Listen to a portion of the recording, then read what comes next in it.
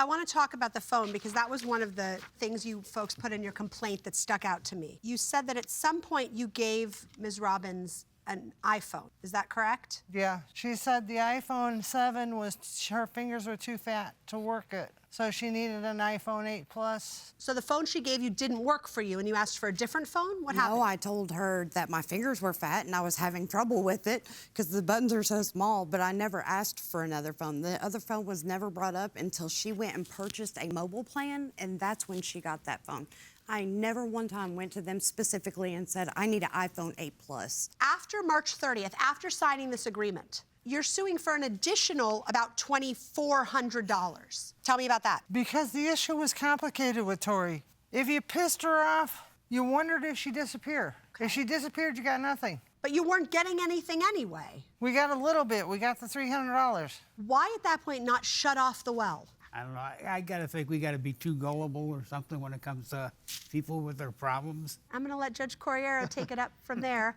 Thank you very much. Note. I don't think the answer is we were too kind. I don't think you could ever be too kind. The problem is you have to be kind and wise. Yeah. How much did you give her in total? About $4,500, I think. About $4,500? Yeah. How much money do you think you owe them? I would say $3,000 to $3,500. $3,500.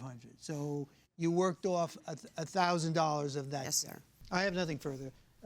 Judge, all right, thank you very much. We'll excuse you while we deliberate in this case. Thank you. Okay, so the plaintiffs are owed money. They have a pretty thorough ledger where they are nickeling and diming the defendant, but the defendant acknowledged that she owed some money. The defendant also acknowledged that she received these things. So, you know, in terms of what she worked off, she brought nothing to court.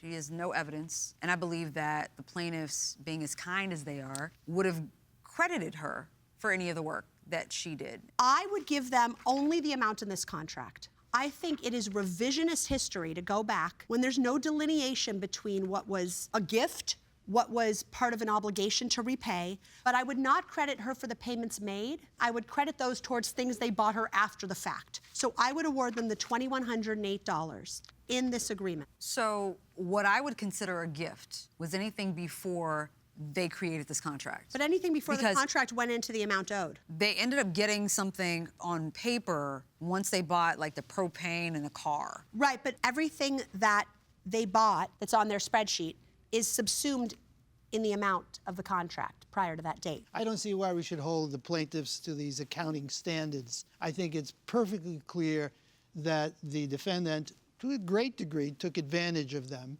and stands here in front of us and tells us that all of the money that they gave her were loans and that she worked off $1,000 of it. You're willing to give her the I'm credit willing to for give her $1,000? $3,500. I think that's fair. If she acknowledged that she owed them $3,500, but it would be important to me to make clear in the verdict that had she not admitted, yes, I owe them $3,500, from me, they would only be recovering the $2,108. That's reasonable. I think that's fair. Okay, so we have a verdict.